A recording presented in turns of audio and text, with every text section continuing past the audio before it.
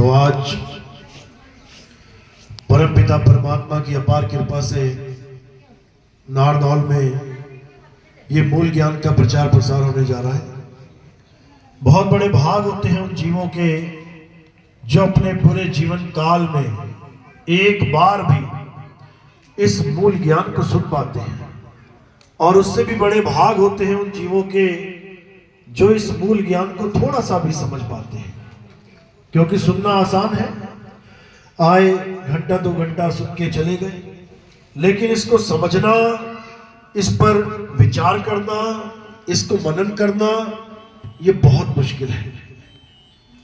ये इसलिए मुश्किल है क्योंकि इस सत्संग को समझने के लिए पूर्ण विवेक की जरूरत पड़ती है। आम इंसान इस सत्संग को सुनकर भी नहीं समझ सकता कि आखिर बात जा कहाँ रही है, आखिर बताया क्या जा रहा है। ये केवल उसी के समझ में आता है जिस पर परम पिता परमात्मा की अपार कृपा हो, बंदी छोड़ की अपार दया हो, संतों का पूरा आशीर्वाद हो, तब जाके ये सत्संग समझ में आता है। अन्यथा कोई इसको समझने में समर्थवान नहीं है। लेकिन अरदास करेंगे परमात्मा से कि ये आवाज जहां तक जा रही है, स्पीकर के माध्यम से, यूट्यूब के माध्यम से, जहां तक भी ये आवाज जा रही है, परमात्मा उन सब जीवों को इतनी समर्थता बख्शे, इतना विवेक बख्शे कि मेरी कही एक एक बात को ये जीव समझ पाए। तो आज का सत्संग शुरू करने से पहले परम पिता परमात्मा के चरणों में बंदगी करेंगे और फिर सत्संग शुरू करेंगे। बोलिए परम पिता परमात्मा की जय। सतगुरु बंदी छोड़ कबीर साहिब की जय। सभी संतों की जय। सभी भक्तों की जय। सतगुरु मदनपति साहिब की जय। दीवान जौहर पति साहिब की जय। सतगुरु राम सेवक साहिब की जय। सतगुरु बराकपति साहिब की जय। कलिनपुर धाम की जय। इस आश्रम के महंतों की जय। सभी संतों की जय। इस गांव नगर बस्ती की जय। आज के आनंद की जय। सकल हंस को बंदगी साहेब बंदगी सतनाम जय। सदगुरु नितिन दास साहेब की जय। तो आज श्री हरि नारायण सरकार धाम पे ये मूल ज्ञान का सत्संग हो रहा है। इस सत्संग को करने का एक ही उद्देश्य है कि पूरे संसार में उस गुप्त वस्तु को, उस सत्य नाम को, उस परमात्मा के असली नाम को पहचानने की सबको शक्ति मिले, सबको ताकत मिले। क्योंकि वो परमात्मा का गुप्त नाम, जिसे सतनाम कहते हैं, अब उसके उजागर होने का समय आ गया है। अब वो सतनाम पूरे विश्व में डंके की चोट पे उजागर भी होगा और उसको अपनाया भी जाएगा। कबीर साहब ने समझाया, घर घर होगा बोध विचारा। जो सतनाम है, जो परमात्मा का सच्चा नाम है, उस पर बोध और विचार शुरू हो जाएगा। कलयुग में ऐसा समय आएगा जब ये कलयुग में सतयुग आ जाएगा। ऐसा समय आएगा। सारे संतों ने, सारे ऋषियों ने, सारे मुनियों ने, सबने ये चेतावनी, सबने ये वाणी सबको बताई है कि एक ऐसा समय आएगा जब कलयुग में ही सतयुग आ जाएगा। तो वो समय अब आ चुका है। अब घर घर इस सत्यनाम को पहुंचाना है। सब जीवों को इसी सतनाम से मुक्त करवाना है। इस भाव बंधन को, इस जन्म मरण के रोग को इसी सतनाम के द्वारा खत्म करवाना है। यह सतनाम ही वो जड़ी है जो सारे रोगों का निवारण कर देगी। और सबसे बड़ा रोग क्या है? जन्म मरण का रोग। तो आज इसी रोग का निवारण कैसे होगा? औषधि क्या है? ये जड़ी क्या है? कहां पे पड़ी है ये जड़ी? कैसे मिलेगी ये जड़ी? आज इसका सब भेद समझा दिया जाएगा। और जो विवेकी होगा वो मेरी बात को पकड़ता चला जाएगा। जो अविवेकी है उसके लिए अभी जन्मों जन्म बचे हुए हैं मुक्ति प्राप्त करने के लिए। तो आज एक एक बात को अच्छे से समझना है। तो साहिब इस संसार में आए जीवों को जगाने के लिए, जीवों को समझाने के लिए, इस सतनाम की महिमा बताने के लिए। यह सतनाम क्या है जिसके बारे में ग्रंथों में बताया गया? कलयुग में एक नाम आधारा, सिमर सिमर नर उतरो पारा। अब बोल तो दिया वाणियों में, लेकिन क्या इसको कोई समझ पाया? क्यों बोला गया कि कलयुग में एक नाम आधारा? अगर कलयुग में ही नाम आधार था तो सतयुग द्वापर त्रेता में कौन सा आधार था? क्या सतयुग द्वापर त्रेता में नाम नहीं जपे गए? बहुत नाम जपे गए। सतयुग में भी जपे गए, त्रेता में भी जपे गए, द्वापर में भी जपे गए, और इतने जपे गए कि राक्षसों ने भी भगवानों को प्रकट कर दिया। नहीं किया तो बता दो। राक्षस तक उस नाम को जप के भगवान को प्रकट होने में मजबूर कर दिया उस राक्षस ने भी, और वरदान लेके गया। तो सोचो, सतयुग त्रेता द्वापर में राक्षस भी भगवान को प्रकट कर रहा है, लेकिन कलयुग में ये इंसान क्या ये भगवान को प्रकट कर पाया आज तक? सोचो, इंसान से बड़े उस राक्षस के भाग हैं जिसके सामने भगवान आके खड़े हो गए, और ये इंसान उन राक्षसों से नफरत कर रहा है, हर साल उनको आग लगा रहा है, जबकि वो ऐसे राक्षस थे कि भगवान उनके सामने प्रकट होके वरदान देके जाते थे। तुम्हारे आगे कितने भगवान प्रकट होके वरदान देके गए हैं जो तुम्हें यह अधिकार मिल गया कि उन राक्षसों को तुम आग लगा रहे हो? अरे तुम उनके चरणों की धूल भी नहीं हो। 10 बार जिसने शीश काट के चढ़ा दिया, तुम तो एक उंगली में चढ़ा पाए आज तक। दिखा दो। क्यों? कारण यह है कि हमें सत्य का कुछ पता है ही नहीं। कलयुग में एक नाम आधारा का मतलब ये बिल्कुल नहीं है कि जो सतयुग द्वापर त्रेता में नाम जपे गए वो तुम आज फिर जपने लग जाओ, बिल्कुल नहीं। कलयुग में एक नाम आधारा, सिमर सिमर नर उतरो पारा। जब ये समझ जाओगे कि ये कौन सा नाम है, तब एकदम कहानी खुल जाएगी। ये पहली सुलझ जाएगी कि मैं कौन सा नाम लूं। याद रखो, 3 युगों में जो नाम लिए जाते थे वो जाप में आते थे, जपने में आते थे। कोई जपने बैठ गया ओम नमः शिवाय, ओम नमः शिवाय। कोई जपने बैठ गया ओम नमो नारायणे, ओम नमो नारायणे। कोई जपने बैठ गया राम राम राम। कोई जपने बैठ गया श्याम श्याम श्याम। ये सारे नाम जपने में आते हैं, लेकिन जो कलयुग में सबका तारणहार नाम है वो नाम जपने में नहीं, सिमरने में आता है, सिमरने में। कलयुग में एक नाम आधारा, सिमर सिमर। जिस दिन सिमर का मतलब समझ में आ गया ना, उस दिन सारे नाम जाप छूट जाएंगे। सिमर का मतलब क्या होता है? कहां से आया ये शब्द? सिमर यानी सिमरन, यानी स्मरण। स्मरण यानी याद, यानी जाप नहीं, याद। उस नाम को याद करना है, जपना नहीं है। उस नाम को याद करना है जिसको याद करने के बाद तुम्हारा जन्म मरण का रोग खत्म हो जाएगा। ये रोग लगा किसे है, पहले तो ये जानना पड़ेगा, तभी तो खत्म होगा। किसको लगा है ये रोग? कहते हैं ईश्वर अंश जीव अविनाशी, यानी ईश्वर को तो ये रोग नहीं लगा है, और जीव भी अविनाशी है। ईश्वर अंश जीव अविनाशी, तो फिर जीव को भी ये रोग नहीं लग सकता, क्योंकि जीव अविनाशी है। अविनाशी का मतलब होता है जिसका कभी विनाश ना हो। तो ये रोग लगा किसे है, पहले ये जानना पड़ेगा, क्योंकि जिसको ये रोग लगा है उसी को तो दवाई देनी है। तो पहले ये जानो कि मर और जन्म रहा कौन है, कौन मर रहा है, कौन जन्म रहा है? शरीर। शरीर मरता है, शरीर जन्मता है, और ये जीव भी मर जाता है। कभी नहीं। तो ये जीव क्या कर रहा है? ये शरीर पकड़ रहा है और शरीर छोड़ रहा है। ये पकड़ा, ये छोड़ा, ये पकड़ा, ये छोड़ा, ये पकड़ा, ये छोड़ा। अब मरने वाला कौन है? जिसे पकड़ा और छोड़ा जा रहा है, यानी शरीर। कहां से पकड़ते हो शरीर? कहां पकड़ा था ये शरीर?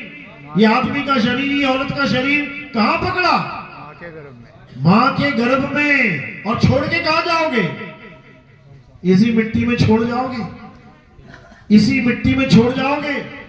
तो मां के गर्भ से पकड़ा, इस मिट्टी में छोड़ा, फिर मां के गर्भ में पकड़ा, फिर मिट्टी में छोड़ा। तो जो पकड़ रहा है और छोड़ रहा है वो कौन है? वो अविनाशी जीव है। लेकिन ये मान बैठा है कि ये रोग मुझे लगा हुआ है। कौन सा रोग है ये? भ्रम का रोग। यानी ये जीव को भ्रम हो गया है कि मैं मरता हूं और मैं जीता हूं। क्यों हो गया भ्रम? क्योंकि इसने अपने आप को शरीर मान लिया। ये सोच के बैठ गया कि मैं तो एक लड़का हूं, ये सोच के बैठ गया मैं तो एक लड़की हूं। यानी आदमी का शरीर मिल गया तो अपने आप को आदमी मानने लग गया, औरत का शरीर मिल गया तो अपने आप को औरत मानने लग गया। और जब कुत्ता बिल्ली हाथी घोड़े का शरीर मिलता है तो अपने आप को कुत्ती बिल्ला हाथी घोड़ा समझने लग जाता है। ये भ्रम का रोग लगा है इस जीव को। और ये भ्रम तब टूटेगा जब इसे इसका असली स्वरूप प्राप्त होगा। जब ये अपने नकली स्वरूप को छोड़ के अपने असली स्वरूप को जानेगा, ये भ्रम तब दूर होगा। कबीर साहब समझा रहे हैं, ए भ्रम भूत सकल जग खाया। सारी दुनिया को ये भ्रम भूत खा के बैठा है, सारी दुनिया को। हर बच्चा, हर बूढ़ा, हर जवान ये सोच रहा है कि मैं शरीर हूं, मैं शरीर हूं, मैं शरीर हूं। और खुद को शरीर तो मान रहा है, अपना भगवान भी शरीर वाला ही चुन रहा है। अपने इष्ट को भी शरीर ही मान के बैठ गया।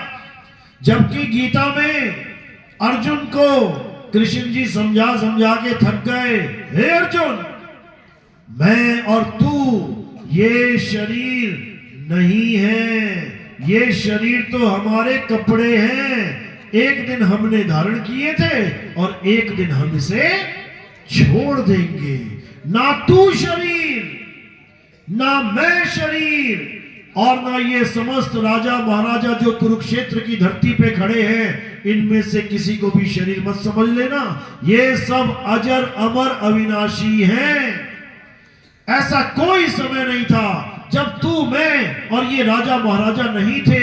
ऐसा कोई समय नहीं होगा जब तू, मैं और ये राजा महाराजा नहीं होंगे। हम सदा से थे, सदा हैं, सदा रहेंगे। लेकिन किसको ये बात समझ में आ रही है? कोई नहीं समझ पा रहा है कि हम अमर हैं। अमर, हमारी कभी मृत्यु होती ही नहीं है। जिस दिन हमने सही से गीता का अध्ययन कर लिया, जिस दिन सही से हमने गीता को समझ लिया, ये भ्रम टूट जाएगा कि हम शरीर हैं। और ये भ्रम भी टूट जाएगा कि हमें शरीरों की पूजा करनी है। अरे जब हम शरीर नहीं है तो हमारा भगवान शरीर कैसे हो सकता है? नहीं हो सकता। इसीलिए कृष्ण जी ने गीता में समझाया कि हे अर्जुन, जो अपने जीवन काल में अपने स्वरूप को जान लेते हैं, जो समझ जाते हैं कि हम नाशवान शरीर नहीं, हम अविनाशी आत्मा हैं, उनका जन्म मरण का ये रोग तत्काल ही खत्म हो जाता है। उसी वक्त, मरने के बाद नहीं मुक्ति मिलती है, जीते जी मुक्ति मिल जाती है। जीते जी भ्रम टूट जाता है। और जब भ्रम टूट जाता है तो शरीरों को छोड़ के ये जीव आत्मा का ज्ञान प्राप्त करना शुरू कर देता है। तो कहते हैं, हे अर्जुन, जो अपनी आत्मा में रमण करते हैं, जो अपनी आत्मा में तृप्त हैं, जो अपनी आत्मा में संतुष्ट हैं, उनके लिए कोई धार्मिक कर्म कर्तव्य लागू ही नहीं होता। अध्याय 3 17वां श्लोक पढ़ो, देखो क्या समझाया जा रहा है। जिस आत्मा में रमण करने की बात समझाई जा रही है, ये आज के जितने भी गुरुजन बैठे हैं, भागवत करने वाले वृंदावन में बैठे हैं, ये सब आत्मा में रमण छोड़ के बाकी सब कुछ करवाने में लगे। पत्थर पूज लो, मंदिर चले जाओ, परिक्रमा कर लो, राधे राधे जप लो, राम राम जप लो, हर चीज कराने में लगे। बस इनको अध्याय 3 17वां श्लोक समझ में ही नहीं आ रहा कि करना क्या है। हे अर्जुन, आत्मा में रमण करना है, आत्मा में रमण। लेकिन आत्मा में रमण करेंगे तो करेंगे कैसे? जब ये विधि ही नहीं पता तो करेंगे कैसे? इसके लिए क्या समझाया गया? अध्याय 4 34वां श्लोक। हे अर्जुन, कुरुक्षेत्र की धरती पे जो ज्ञान मैं तुम्हें समझा रहा हूं, जो आत्मा का ज्ञान मैं तुम्हें बता रहा हूं, जो सत्य की बात मैं तुम्हें समझा रहा हूं, इसको प्राप्त करने के लिए तुम ऐसे तत्वदर्शी संत की शरण में जाओ। किसकी शरण में? किसी जपी तपी सन्यासी की शरण में नहीं बोला कि तुम किसी नाम जपने के पास चले जाओ, किसी तपस्या करने वाले के पास चले जाओ, बिल्कुल नहीं। तुम कहां जाओ? तत्वदर्शी संत की शरण में जाओ। वो तत्वदर्शी संत तुम्हें दोनों प्रकार के तत्वों का ज्ञान समझा देगा। कौन कौन से तत्व हैं? अध्याय 2 16वां श्लोक। हे अर्जुन, इस दुनिया में 2 प्रकार के तत्व हैं, एक असत्य तत्व और एक सत्य तत्व। असत्य वो है जो जन्मता और मरता है, असत्य वो है जो पल पल बदलता है, असत्य वो है जो सदा एक सा नहीं रहता।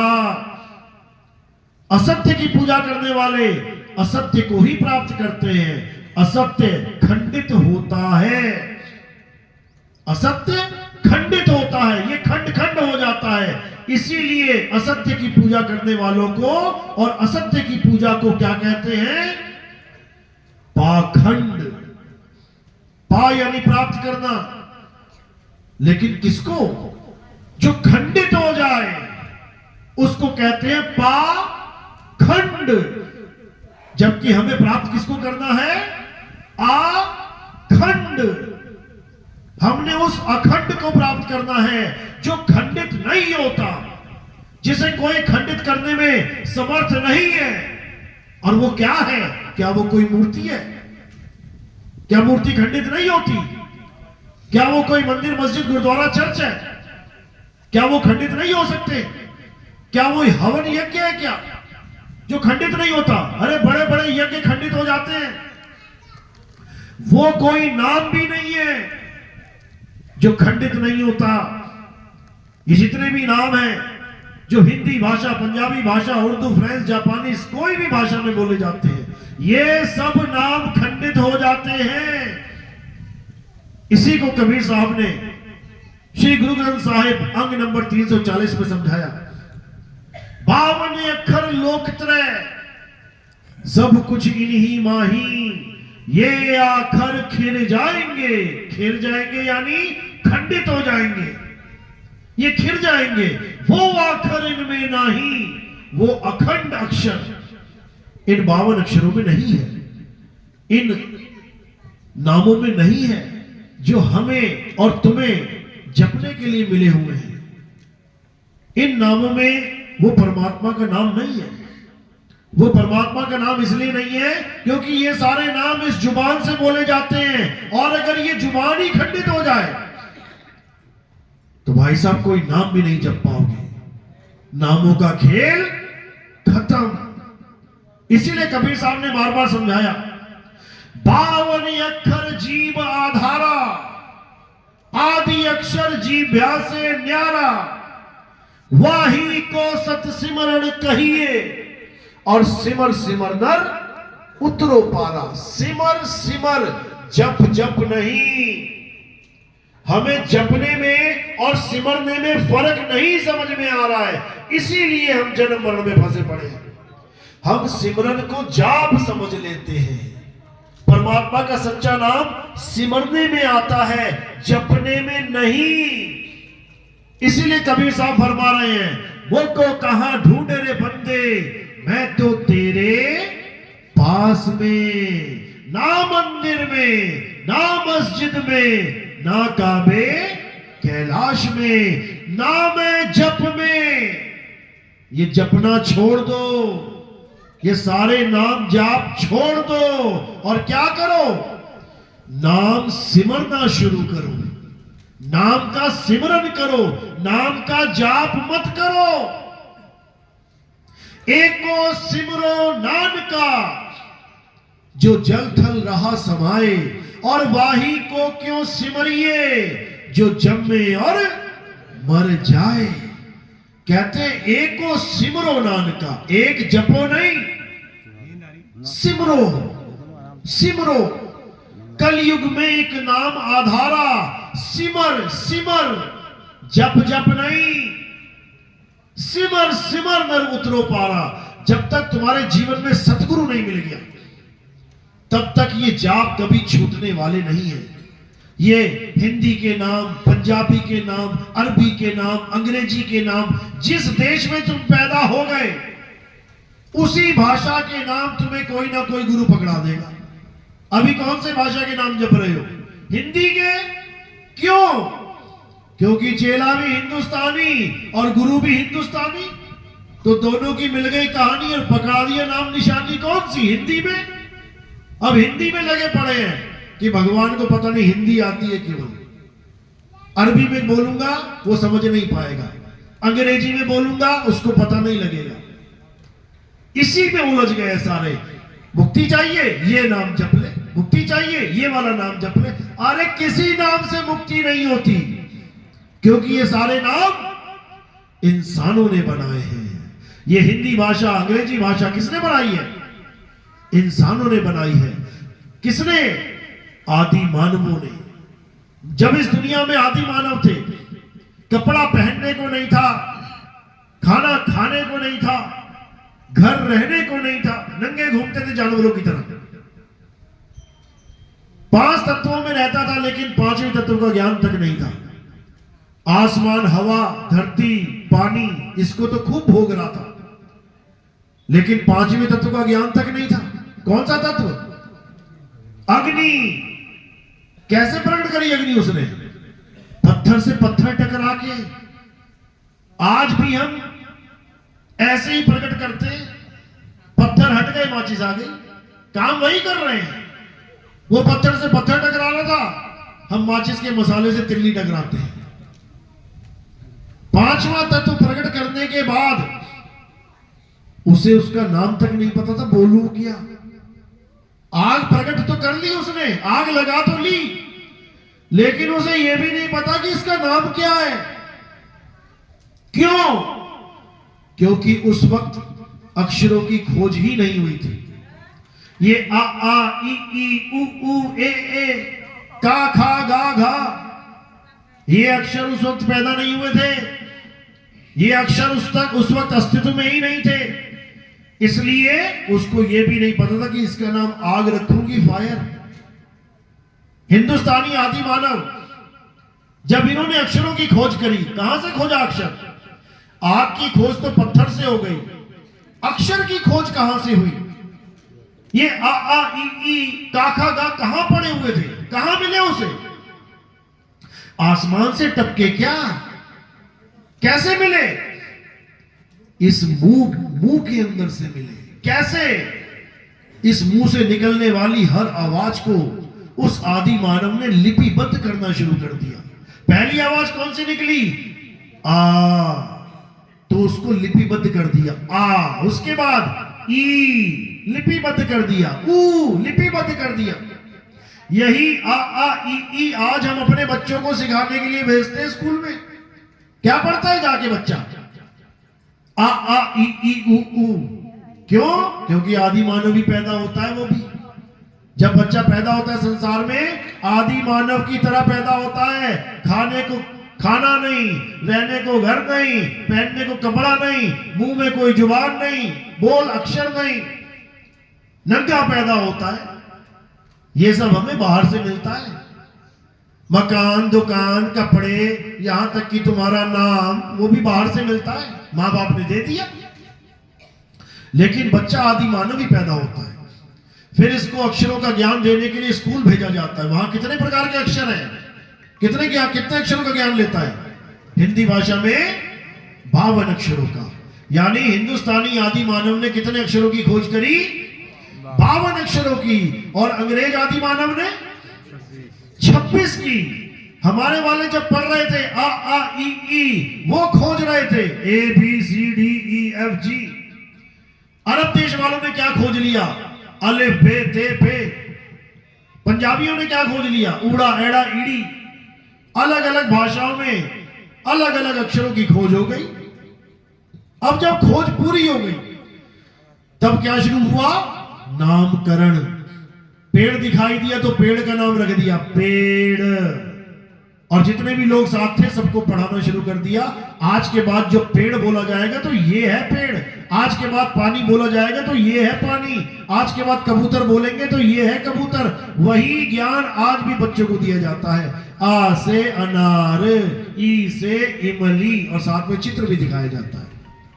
वही ज्ञान डिट्टो हमें समझाया जा रहा है। जो हमारे पूर्वजों ने खोजा वही हम पकड़ते आ रहे हैं आज तक। और जो अंग्रेजों ने खोजा A for apple, B for bat, C for cat, वो उनके बच्चे पढ़ रहे हैं आज तक। तो हमारे वालों ने 52 अक्षर खोजे और अंग्रेजों ने 26 खोजे। यानी हम कितने गुना ज्यादा खोज पाए? दुगने। हमारे ऋषि मुनियों की बुद्धि कितनी चलती थी? अंग्रेजों से दुगनी। लेकिन आज अपने आप को हम छोटा और उनको बड़ा मान के बैठे हुए। तो यही अक्षर जब पैदा हो गए, उसके बाद नामकरण शुरू हो गया। करते करते करते करते भगवानों का भी नाम इन्हीं अक्षरों के द्वारा रख दिया। जब राम जी पैदा हुए तो दशरथ जी ने उनका नाम रखा राम। अगर आदि मानव ये अक्षर ना खोजता, आ ई का खा गा यारा लावा पाफा बा भामा, तो क्या दशरथ जी राम जी का नाम राम रख पाते? सोचो, विष्णु जी का नाम विष्णु किसने रखा होगा? अगर अक्षर ना खोजे जाते तो उनका नाम विष्णु हो जाता क्या? कृष्ण जी का नाम कृष्ण रखा गया, अगर ये का खा गागा ना होता तो का से कृष्ण कैसे होता? ये सारे मंत्र कैसे होते? वाहे गुरु, अगर या रा ला वा शा ना होता तो वहां वाहे गुरु का वाह कहां होता? यानी ये सारे नाम तब रखे गए हैं जब 52 अक्षर खोज लिए गए हैं, उसके बाद ये नाम का खेल चालू हुआ है। लेकिन सिमरन का खेल, इसमें किसी नाम की जरूरत होती नहीं है। अगर ये नाम ना भी होते तब भी हम मुक्ति प्राप्त कर सकते थे, तब भी मुक्ति प्राप्त कर सकते थे। कैसे? नाम का सिमरन करके, जप के नहीं। और नाम का मतलब ये नहीं कि कोई अक्षर ही नाम होता है, बिल्कुल नहीं। अक्षर नकली नाम होता है और परमात्मा का असली नाम होता है। अक्षर इंसानों के द्वारा बनाया जाता है, लेकिन परमात्मा का नाम बनाने में कोई इंसान समर्थ नहीं है। परमात्मा का नाम अजन्मा होता है, नित्य होता है, शाश्वत होता है, पुरातन होता है, सत्य सनातन होता है। और इंसानों के नाम ये सब 52 अक्षर होते हैं, ये जीभ के द्वारा बनते हैं। जीभ कट जाए तो सारा नाम का खेल खत्म हो जाता है। ये लिखे और मिटाए जा सकते हैं, लेकिन परमात्मा का नाम लिखा और मिटाया नहीं जा सकता। इसीलिए परमात्मा का नाम सच्चा कहलाता है। सच्चा कहते हैं एक तू सच्चा, तेरा नाम सच्चा। जैसे परमात्मा को नहीं मिटाया जा सकता, ऐसे ही उसके नाम को नहीं मिटाया जा सकता। और उसका नाम क्या है? सतनाम। अब ये मत सोचना साता नाम, ये कहां से आ गए 4 अक्षर? अगर 52 अक्षर ना होते तो ये 4 भी ना होते। तो इसीलिए कबीर साहब ने बार बार समझाया कि सत्य नाम कोई नाम नहीं कि तुम सोचो सतनाम सतनाम जपना है, नहीं जपना है। सत्य नाम कोई नाम नहीं, ये है आपन रूप, और जो जाने इस भेद को पावे आप स्वरूप। यानी जो सतनाम के भेद को जान जाता है, जिसको समझ में आ जाता है कि 52 अक्षरी नाम छोड़ना है और अपने स्वरूप को प्राप्त करना है, उसका जीवन सफल हो जाता है। यही कृष्ण जी समझा रहे हैं गीता में। हे अर्जुन, जब तुम्हारे जीवन में तत्वदर्शी संत आ जाएगा, तब क्या होगा? वो असत्य तत्व को छुड़वा देगा और सत्य तत्व लखा देगा। एक बार सत्य जानने के बाद तुम कभी अज्ञान को प्राप्त नहीं होगे। अध्याय 4, 34 और 35वां श्लोक यही समझा रहा है, लेकिन किसी को समझ में नहीं आ रहा। तत्वदर्शी संत को ये मंत्र जपने वाले संत मान बैठे हैं कि बाबा जी इतनी माला फेरते हैं, ये तत्वदर्शी संत है। नहीं है, ये तपस्या करने वालों को तत्वदर्शी संत मान बैठे हैं। बाबा जी 10 साल से गुफा के अंदर बैठे हैं, बाहर नहीं निकले। बताओ, अरे तत्वदर्शी का मतलब होता है जो तत्व का दर्शन करवा दे। तत्वदर्शी जैसे दूरदर्शी, जो दूर की चीज का दर्शन करवा दे। सूक्ष्मदर्शी, जो सूक्ष्म से सूक्ष्म चीज का जो आंखों से दिखाई नहीं दे रही है उसका भी दर्शन करवा दे, उसे सूक्ष्मदर्शी कहते हैं। और जो असली तत्व का दर्शन करवा दे, उसे तत्वदर्शी संत कहते हैं। तो यही तत्वदर्शी का ज्ञान समझाते हुए कृष्ण जी ने क्या समझाया? जो असत्य में सत्य का भेद बता दे, यानी कलयुग में सतयुग का आगमन करवा दे, वही तत्वदर्शी संत है। यानी तुम कलयुग में बैठ के सतयुग में जीना शुरू कर दोगे। तुम कमल की तरह कीचड़ में रह के कमल से न्यारे, कीचड़ से न्यारे रहने का तुम शुरू कर दोगे जीवन। तो ऐसा जीवन तुम्हें जीना कौन सिखाएगा? तत्वदर्शी संत। और जब तुम्हारे जीवन में तत्वदर्शी संत आ जाएगा, उसके बाद ये माया जगत तुम्हें भाएगा नहीं।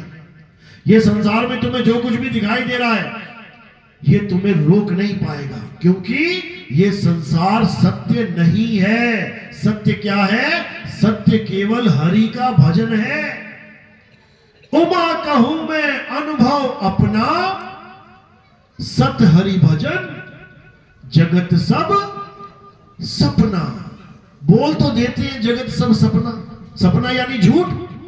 सपने में 5 करोड़ की लॉटरी लग गई तुम्हें, बहुत खुश हो, पूरे आनंद में, ऐसा आनंद आ रहा है कि क्या बात है। लेकिन जैसे ही सपना खुला, वो सारे नोट गायब। कहां चले गए वो नोट? वो सब सपना थे, यानी झूठ थे। यानी सपने में जो तुम्हें नोटों की थत्तियां दिखाई दे रही थी, वो सब झूठ थी, क्योंकि सपने में दिखाई देने वाली हर एक चीज झूठ है। इसी प्रकार सत हरि भजन जगत सब सपना। सपने में यानी जगत में क्या दिखाई दे रहा है? क्या दिख रहा है? ये पेड़, ये पौधे, ये जानवर झूठ है, सपना है। ये मंदिर, मस्जिद, गुरुद्वारे, चर्च, ये सब झूठ है, सपना है। ये सारी मूर्तियां, ये सारे जितना भी तुम्हें तामझाम दिख रहा है, ये सब झूठ है। तो सत्य क्या है? सत्य हरि भजन, केवल ये सत्य है। अब कौन सा भजन? जो सपने से परे है, सपने में नहीं है। ये जितने भी नाम तुम देख रहे हो दुनिया में, जितने भी नाम लिखे गए हैं ग्रंथों में, दीवारों पे, ये सब नाम क्या है? ये सपने का ही एक अंग है। ये सपने में ही दिख रहे हैं। जैसे नोट दिख रहे थे और हम अपने आप को धनवान मान बैठे थे, ऐसे ही सपने में ये नाम दिख रहे हैं और इन्हीं को जप जप के हम सोच रहे हैं कि हमारी मुक्ति हो जाएगी। जैसे सपने के नोट झूठ थे, ये सपने के नाम झूठ है। सत्य क्या है? हे अर्जुन, सत्य केवल एक है, और वो क्या है? आत्मा ही सत्य है। आत्मा के अलावा और कुछ सत्य नहीं है, कुछ भी नहीं।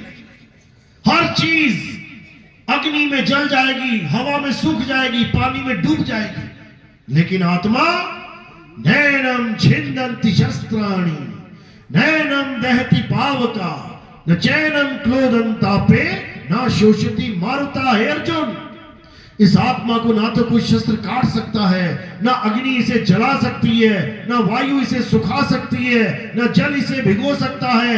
अगर इस जगत में कुछ सत्य है तो वो केवल आत्मा है। इसी आत्मा का ज्ञान प्राप्त करना हम सब जीवों का एकमात्र लक्ष्य है। इस जीवन में जीने का एकमात्र लक्ष्य क्या है? आत्म स्वरूप को प्राप्त करना। और हम क्या कर बैठे हैं?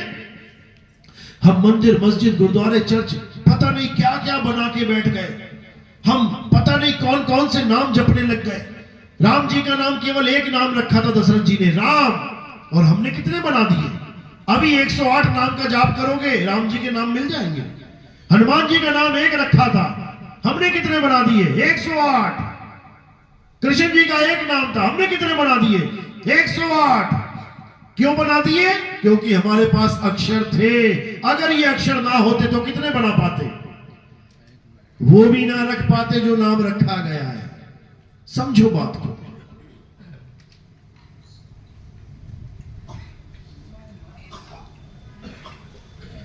तो इसी को समझना है। इसी को कबीर साहब ने बार बार समझाया है कि 52 अक्षर जोरे आन, सक्या न अक्षर एक पहचान। ये जीव 52 अक्षर जोड़ जोड़ के ग्रंथ भर डाले इसने, लेकिन उस एक आदि अक्षर को नहीं जान पाया। अक्षर यानी अविनाशी। उस एक अविनाशी अक्षर यानी आत्म देव को नहीं जान पाया, उस आदि अक्षर को नहीं जान पाया, और इन्हीं 52 अक्षरों के चक्कर में जन्मता और मर रहा है। तो साहिब क्या समझाते हैं? एक नाम को जान के दूजा दे बहा, और चंचल से नहीं चल भया, नहीं आवे नहीं जा। कहते एक नाम को जान ले। एक नाम कौन सा? सतनाम। जपना नहीं है, जानना है। वो सतनाम कहां है? वो तुम्हारे पास है। वो को कहां ढूंढे रे बंदे, मैं तो तेरे पास में। वो सतनाम हमारे पास है। गीता में कृष्ण जी ने समझाया, हे अर्जुन, जो लोग मुझे मनुष्य करके जानते हैं वो मूढ़ है, गवार है। मैं मनुष्य नहीं हूं। मैं क्या हूं? मैं हर जीव के साथ आत्म स्वरूप में स्थित हूं। मैं आत्मा हूं। मैं हर जीव के साथ लगा हूं, सबके साथ हूं। मैं आत्मा हूं। मुझे आत्मा करके जानने वाले ज्ञानी तत्वदर्शी कहलाते हैं, तत्व ज्ञान धारण करते हैं। वो इनकी पूजा नहीं करते, हाथ, पैर, आंख, नाक, बाल, खाल की। किसकी पूजा चल रही है? किसके चित्र बनाए जा रहे हैं? बाल, खाल, आंख, नाक, कान, इंद्रियां हैं। इंद्रियों की पूजा में संसार लगा पड़ा है। समझा रहे कबीर साहब कि ये 10 इंद्रियां हैं जो तुम्हें दिखाई दे रही है। क्या दिख रहा है? आंख, नाक, कान, खाल, बाल, ये सब नाशवान वस्तु। इन्हीं नाशवान की पूजा चल रही है भगवान के नाम पे। अरे भगवान नाशवान नहीं है, वो आत्मदेव है। इसीलिए गुरु ग्रंथ साहब में बोला गया, आत्मदेव पूजिए। लेकिन कौन पूज रहा है? किसी सिख भाई से पूछ लो आत्मदेव को कैसे पूजा जाए, क्या बोलेगा? भैया हमें तो वाहेगुरु बताया जपने के लिए, हमें तो बस वाहेगुरु करना है और गुरबाणी गानी है। अरे इन दोनों में आत्मदेव कहां चला गया? क्योंकि किसी को समझ में ही नहीं आ रहा कि आत्मदेव की पूजा करें तो कैसे करें। इसीलिए संतों का आगमन होता है, तत्वदर्शी संतों का आगमन होता है। और इस आश्रम में तो महान संत जिन्होंने अपने जाने से पहले ही बता दिया था कि इस आश्रम में एक ऐसा सत्संग होगा जो कलयुग में सतयुग लाने की बात करेगा। जो यहाँ के महंत लोग हैं, पूछना चाहूंगा, ऐसी कोई बात हुई थी? बोला था महात्मा ने? महात्मा ने समझ में आता है क्योंकि बताया गया था, सुना गया था। एक बात हर जगह सुनेगी, ये केवल हिंदू धर्म में नहीं है, याद रखना, ये हर धर्म में है। मुसलमानों में भी बोला गया। जो मुसलमान धर्म का, इस्लाम धर्म के जो मेन प्रचारक है मोहम्मद साहब, ये अरब देश में जब खड़े होते थे तो इनका जो चेहरा होता था वो कहां की तरफ होता था? पूरब दिशा की तरफ, मशरक कहते हैं, मशरक। तो जब वो पूरब दिशा की तरफ खड़े होके घंटों घंटों खड़े होके पूरब दिशा की तरफ देखते रहते थे, तब लोग उनसे पूछते थे कि आप पूरब दिशा की तरफ खड़े रहते हो, क्या क्या दिखाई देता है आपको? उन्होंने 1400 साल पहले क्या बोला कि वहां एक देश है हिंदुस्तान, उस देश से मुझे खुशबू आती है और मैं उस खुशबू को अनुभव कर सकता हूं। ये खुशबू कोई ऐसी खुशबू नहीं है कि फूल की या इत्र की, वो खुशबू अमन और शांति की खुशबू है। जो आपने नाम सुना ना, गजवाए हिंद, बहुत टेंशन हो जाती है सुन के हिंदुओं को, गजवाए हिंद, अरे ये तो हमारे देश को मुसलमान देश बनाने की एक षड्यंत्र है। बिल्कुल नहीं। गजवाए हिंद का मतलब है गजवा। गजवा यानी एक ऐसा ललकार उठेगा, ऐसा आंदोलन होगा। कहां से? हिंदुस्तान से, जो पूरे विश्व को एक कर देगा। इसीलिए बोला जाता है कि भारत विश्व गुरु बनेगा। बताओ कैसे बनोगे विश्व गुरु? अरे दूसरे देश तो वीजा तक नहीं देते तुम्हें डंकियां लगा लगा के पार करने पड़ते हैं देश। 50-50 लाख रुपया देके दूसरे देशों में जाते हो और तुम वो सोच रहे हो मैं विश्व गुरु बन जाऊंगा। विश्व गुरु का तो स्वागत होता है, हर देश हाथ जोड़ के खड़ा होगा विश्व गुरु के आगे, जैसे तुम लोग अपने गुरु के आगे हाथ जोड़ के खड़े होते हो। ये तब बनेगा विश्व गुरु, ये ऐसे नहीं बनेगा। 1400 साल पहले उन्होंने कहा कि गजवाए हिंद होके रहेगा, और ये गजवाए हिंद और कोई नहीं है, ये कल्कि अवतार का आगमन है मेरे भाई। ये कल्कि अवतार का आगमन है कि हिंदुस्तान में कल्कि अवतार आएगा और पूरे संसार को सनातन बना देगा। सनातन का मतलब ये नहीं है कि मंदिर ही मंदिर हो जाएंगे, मंदिर बनाने नहीं आता कल्कि अवतार। कल्कि अवतार आत्मा का ज्ञान समझाने आता है, याद रखना इस बात को। सारा संसार सनातन हो जाएगा। सनातन की परिभाषा तक नहीं पता हिंदुओं को। सनातन की परिभाषा क्या है? गीता खोलो, अध्याय 2 24वां श्लोक पढ़ो। हे अर्जुन, ये आत्मा अछेद्य है, अशोष है, अदाह है, ये आत्मा अचल है, ये आत्मा सदा स्थिर रहने वाली है, ये आत्मा सर्वव्यापी है, ये आत्मा पुरातन है, ये आत्मा ही सत्य सनातन है। ये बताने आएगा कल की अवतार। लोग सोच रहे हैं राधे राधे जपवाने आएगा। बताओ, राधे राधे जपवाने आएगा कल की अवतार। मूर्ख बना दिया लोगों ने। कल की अवतार आएगा तुम्हें तुम्हारा स्वरूप बताने, तुम्हें आत्मा का ज्ञान करवाने। इसीलिए संतों ने उस कल की अवतार को निष्कलंक अवतार भी बोला, निकलंक अवतार भी बोला। क्या मतलब है इसका? कल्कि को निकलंक कैसे बना दिया? निकलंक का मतलब होता है जिसमें कोई कलंक ना लग पाए। कलंक किसमें लगता है? काया में लगता है, काया में। और सबसे बड़ा कलंक क्या है? ये 4 दाग सबसे बड़े कलंक हैं। मलुकदास जी वाणी में कहते हैं 4 दाग से सतगुरु न्यारे, अजरो अमर शरीर, और कोई गाडे कोई अग्न जलावे, खोज ना पाया शरीर, जपोरे मन केवल नाम कबीर। कबीर मतलब वो दाढ़ी वाले बाबा जी में समझ लेना कबीर, वो बनारस में आए थे जो।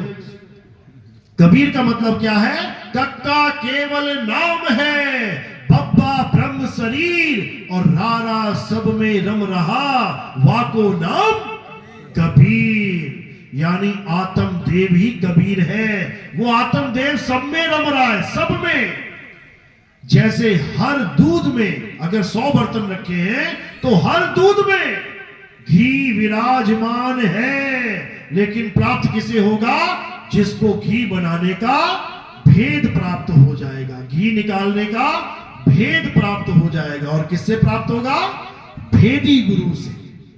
इसीलिए कबीर साहब ने समझाया, ज्यों तिल माही तेल है और ज्यों चकमक में आग, तेरा साईं तुझ में है, जाग सके तो जाग। यानी वो असली राम वो मुझ में भी है, तुम में भी है।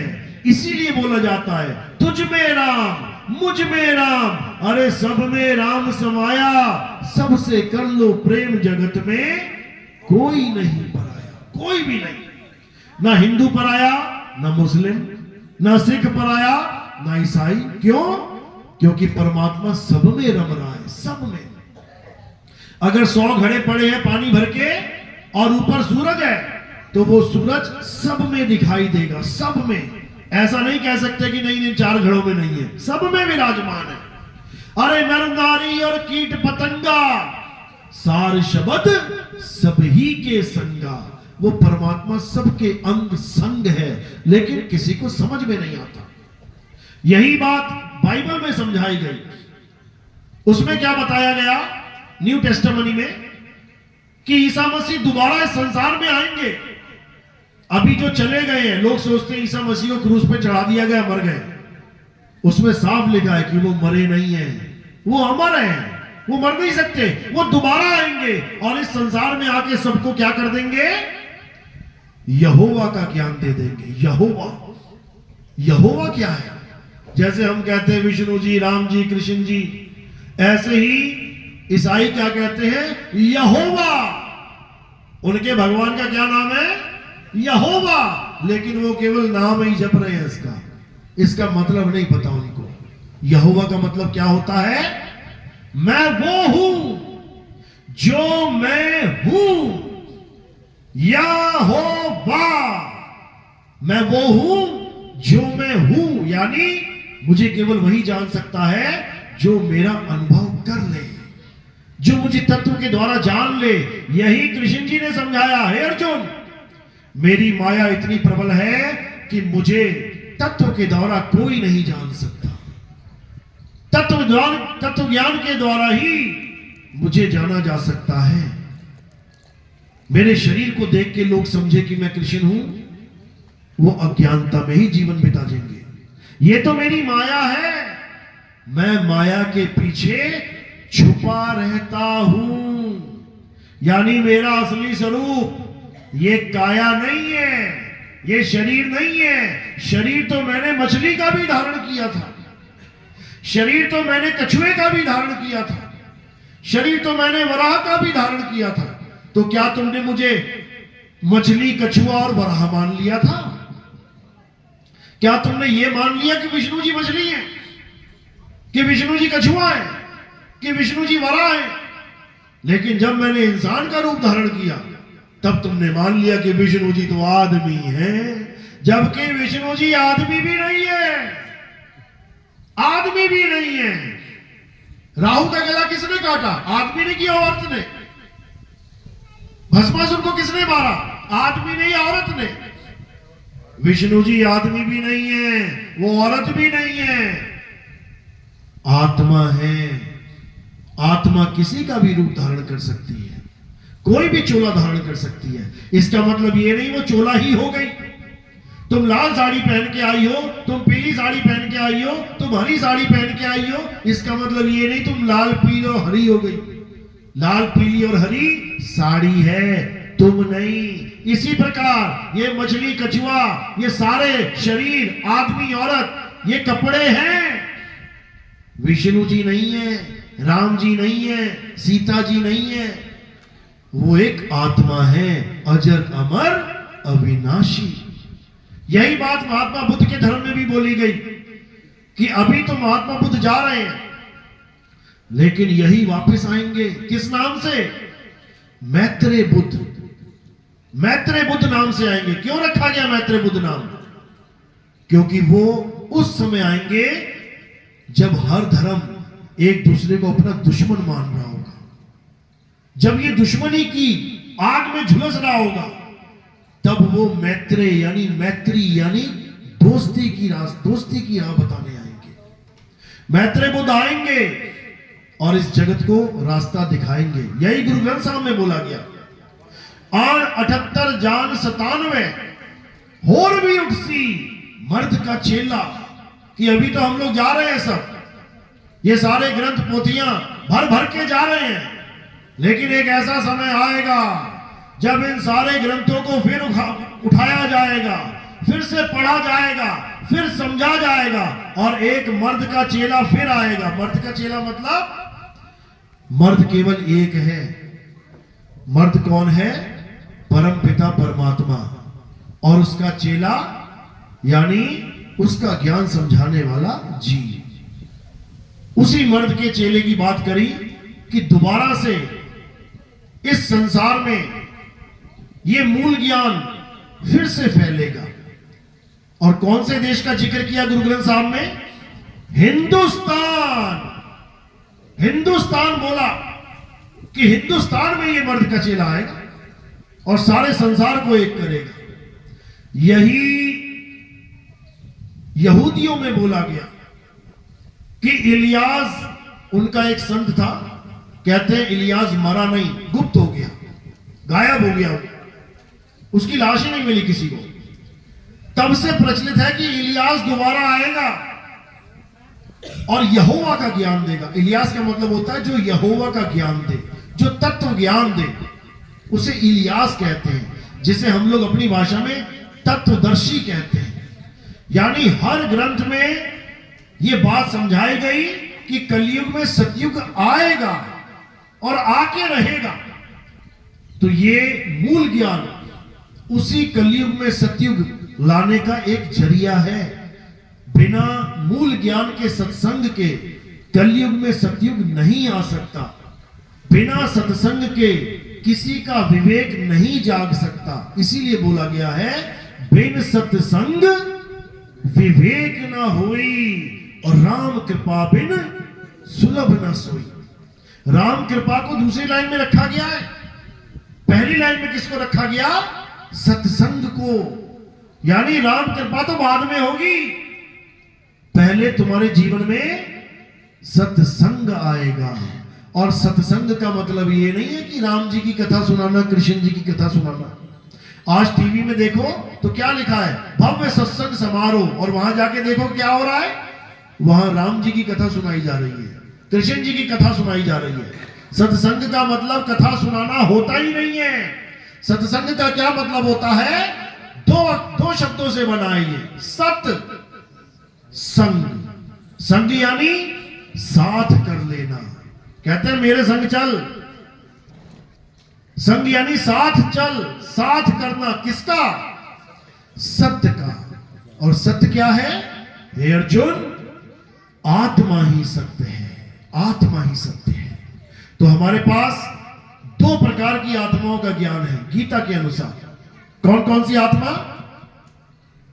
एक जीव आत्मा जो नाना प्रकार के शरीरों को धारण करती है, नाना प्रकार की योनियों में गमन करती है। कुत्ता बिल्ली हाथी घोड़ा बनती हुई बेचारी 84 लाख योनियां भुगतने के बाद जो एक बार इंसान जन्म प्राप्त करती है उसे जीवात्मा कहते हैं। वो जीवात्मा कहां है? ये सब जीव ही बैठे हैं। ये 84 की दौड़ खत्म करके आखिरी जन्म इंसान का लेके बैठे हैं। अगर इस इंसान जन्म में इन्होंने सत्संग नहीं किया तो क्या होगा? वापस उसी मार्ग पे चले जाओगे, कुत्ता बिल्ली हाथी घोड़ा। तो क्या करना है? अब सत्संग करना है, यानी सत्य को जान के, आत्मा को जान के उसके संग हो लेना है। एक है जीवात्मा, जिसको चल आत्मा कहते हैं। ये चलती रहती है, आज दिल्ली, कल कलकत्ता, परसों मद्रास। और एक है अचल आत्मा। अचल आत्मा अध्याय 2 24वें श्लोक में आपको इसका विवरण मिल जाएगा। अब ये अचल आत्मा क्या है? इसी को परम आत्मा कहते हैं। अचल आत्मा इज इक्वल टू परम आत्मा। चल आत्मा इज इक्वल टू जीव आत्मा। समझ लो। अब हमारा जीवन का उद्देश्य क्या है? चल आत्मा से अचल आत्मा हो जाना। यानी जो हम गति में आ गए हैं, हम समय के बीच में आ गए हैं, हम काल के यानी त्रिकाल, भूतकाल, भविष्यकाल, वर्तमान काल, इसमें जो हम उलझ गए हैं, अब हमने क्या करना है? इस काल से परे हो जाना है। यानी काल से परे अकाल में समा जाना है। अकाल, इसी को अकाल पुरख बोला गया। बाबा नानक ने बोला अकाल पुरख, सत श्री अकाल पुरख, यानी अब काल से निकल के अकाल में समाएंगे। और जब अकाल में समा गए तो काल हमारा कुछ नहीं बिगाड़ सकता। गाते भी हैं, क्या गाते हैं? एको सतनाम करता पुरख निरभव निर्वैर अकाल मूरत, यानी अकाल हो जाओ उसके बाद ये काल तुम्हारा कुछ नहीं बिगाड़ सकता। कबीर साहब भी ये समझा रहे हैं, कह रहे जाप मरे अजपा मरे अनहद भी मर जाए, क्योंकि ये काल के अंदर आते हैं। जाप समय के आधारित है। पूछते हुए कितना कितना समय जाप करते हो? मैं 2 घंटे जाप करता हूं। तो 2 घंटे का मतलब समय के अधीन। जाप मरे अजपा मरे, अजपा यानी श्वासों का अजपा जाप, ये भी समय के अधीन है। एक दिन में कितनी सांसें चल रही हैं? 21,600 समय के अधीन है, ये भी खत्म हो जाएंगी। तो कह रहे हैं जाप मरे अजपा मरे अनहद भी मर जाए। कानों में उंगलियां डाल के अनहद ना सुनते हैं। ये क्या है? ये हमारे 5 तत्वों की 5 धुनें हैं। इन 5 तत्वों की काया की 5 धुनें हैं, ये भी मर जाएंगी जब ये शरीर शांत हो जाएगा। तो कहते हैं जाप मरे अजपा मरे अनहद भी मर जाए और सुरत समाए शब्द में वाको काल ना खाए। अगर ये तुम्हारी सूरत उस अकाल में समा गई, शब्द में समा गई, तो काल तुम्हारा कुछ नहीं बिगाड़ सकता। काल का खेल खत्म, समझ लो।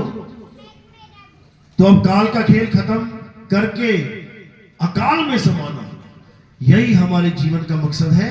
इसके अलावा और कोई कार्य नहीं करना है। ठीक है, हम हिंदू धर्म में पैदा हुए हैं तो हम मंदिर जाते हैं। कोई मुसलमान धर्म में पैदा हो गया तो मस्जिद जा रहा है। कोई सिख कोई ईसाई हो गया तो गुरुद्वारे चर्च में जा रहा है। शुरुआत अच्छी है, शुरुआत ऐसे ही होती है। कोई भी डॉक्टर, कोई भी इंजीनियर, कोई भी साइंटिस्ट शुरुआत आंगनबाड़ी से ही करता है। पहली दूसरी तीसरी चौथी 5वीं क्लास करता करता करता करता आगे जाके डॉक्टर बन जाता है, इंजीनियर बन जाता है, साइंटिस्ट बन जाता है। लेकिन जब वो बड़े क्लास में बड़ा ज्ञान प्राप्त कर रहा होता है तब उसे छोटी क्लासों में जाने की जरूरत नहीं पड़ती। जिसने 10वीं पास करके 11वीं में चला गया, जो 12वीं पास करके कॉलेज में चला गया, वो वापस आके उसी क्लास में कभी नहीं बैठता पूरे जीवन में। उसने वो क्लास पास कर दी, अब वो आगे चला गया। इसी प्रकार मंदिर, मस्जिद, गुरुद्वारे, चर्च, ये जितने भी बने हुए हैं, ये हमारी एक पाठशाला है। इसमें हम जाते हैं, ज्ञान प्राप्त करते हैं और आगे बढ़ जाते हैं। आगे कहां जाना है? मंदिर, मस्जिद, गुरुद्वारा से आगे कहां जाना है? आत्मा को जानना है, आत्मा को प्राप्त करना है। हमारा परमात्मा आत्मा में वास करता है। इसी को सत्संग कहते हैं। झूठी दुनिया को छोड़ के सत्य में समा जाना ही सत्संग है। तो क्या करना है? अब काया माया को त्याग देना है। त्यागने का मतलब जैसे कमल कीचड़ को बिना त्यागे त्याग अवस्था में रहता है। आप कमल देखोगे, कीचड़ में रहेगा 24 घंटे, लेकिन उस पर कीचड़ टच नहीं हो सकता, बिल्कुल साफ सुथरा। इसी प्रकार आप रहोगे तो इसी संसार में, ये शरीर कहां लेके जाओगे? इसी संसार में रहेगा 24 घंटा। लेकिन जो तुम्हारा ध्यान है वो संसार में नहीं जुड़ा होना चाहिए। अगर गलती से भी ये संसार में जुड़ा रह गया तो तुम्हें संसार में वापस आना पड़ेगा। जैसे जड़ भरत नाम का एक ऋषि था, सारी उम्र राम राम राम राम, राधे श्याम राधे श्याम, सारी उम्र ओम नमः शिवाय करता रहा, वेद पुराण पढ़ता रहा, सब कुछ करता रहा। बूढ़ा हो गया, बुजुर्ग हो गया। उसके आश्रम में एक छोटा सा हिरण का बच्चा आ गया। हिरण का बच्चा आ गया तो उसे बड़ा अच्छा लगा। जीवों से प्रेम करना चाहिए, उसने भी किया, पाल लिया। अच्छा किया बुरा किया? अच्छा किया। अब जब भी पूजा पाठ करे, बच्चे में ध्यान जाए, कभी उसको खिलाने आ जाए, कभी पिलाने आ जाए। पूरा दिन बच्चा बच्चा बच्चा बच्चा जीव से प्रेम कर रहा है। अच्छी बात है, जीवों से प्रेम करना चाहिए। लेकिन करते करते करते करते एक दिन बैठा हुआ था भक्ति में, नाम जप रहा था, मृत्यु आ गई। पता लग गया कि मौत आ गई। अब क्या हुआ, अब उसको वो बच्चा याद आने लग गया कि इस बच्चे को मेरे बाद कौन घास खिलाएगा, कौन पानी पिलाएगा, कौन इनको जानवरों से बचाएगा। उसकी याद में ये शरीर त्याग दिया तो क्या हो गया, हिरण का बच्चा ही बन गया। वो सारी उम्र की भक्ति, सारी उम्र का राम नाम, सारी उम्र का हवन यज्ञ धरे का धरा रह गया और वो 84 में चला गया। कारण क्या है, भक्ति में तो कोई कमी नहीं थी, जो गुरुजी ने बताया कर रहा था, नाम जप रहा था, फिर भी 84 में चला गया। कारण क्या था, क्योंकि सत भक्ति नहीं थी। सत भक्ति, भक्ति और सत भक्ति दोनों में जमीन आसमान का अंतर है। नाम और सत नाम दोनों में जमीन आसमान का अंतर है। गुरु और सत गुरु दोनों में जमीन आसमान का अंतर है। ज्ञान और सत ज्ञान दोनों में जमीन आसमान का अंतर है। यानी अंत समय में वो सत्य का सिमरन नहीं कर पाया, वो सत्य को याद नहीं कर पाया, वो असत्य को याद करता रह गया तो चला गया असत्य में। तो सतगुरु हमें क्या समझाते हैं कि 24 घंटा सत्य को याद रखो, यानी अपनी आत्मा को याद रखो। 24 घंटा आत्मा में रमण करो। जब 24 घंटा आत्मा में रमण करना सीख लोगे और जब मृत्यु आएगी तो ध्यान कहां होगा, आत्मा में। आत्मा में जब 24 घंटा आत्मा याद है, जैसे उसे 24 घंटा हिरण याद आ रहा था, तो अंत समय में कहां ध्यान गया, हिरण में। इसी प्रकार जब 24 घंटा तुम्हारा आत्मा में ध्यान रहेगा तो अंत समय में ध्यान कहां होगा, आत्मा में। उसने हिरण को याद किया, वो हिरण का बच्चा बन गया। तुम आत्मा को याद कर रहे हो तो तुम आत्मा ही हो जाओगे। और जब आत्मा हो गए, अब कब मरोगे बताओ जरा।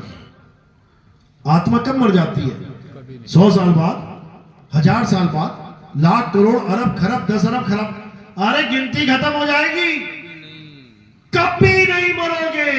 तो क्या करना है, अमर होने का एक ही मंत्र है, और वो मंत्र क्या है, अपने आत्म स्वरूप को जान लो, आत्मा में स्थित हो जाओ। और एक बार तुम आत्मा में स्थित हो गए तो फिर तुम अमर हो जाओगे। अमर, कबीर साहब हमें अमर करने आते हैं, ये नाम जपवाने नहीं आते।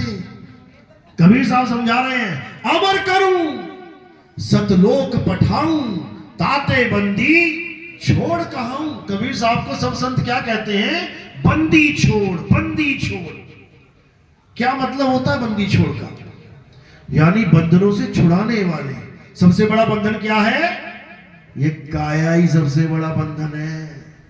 ऐसे बंध गए हो काया में कि अब कोई इसको खोलने वाला नहीं मिल रहा है।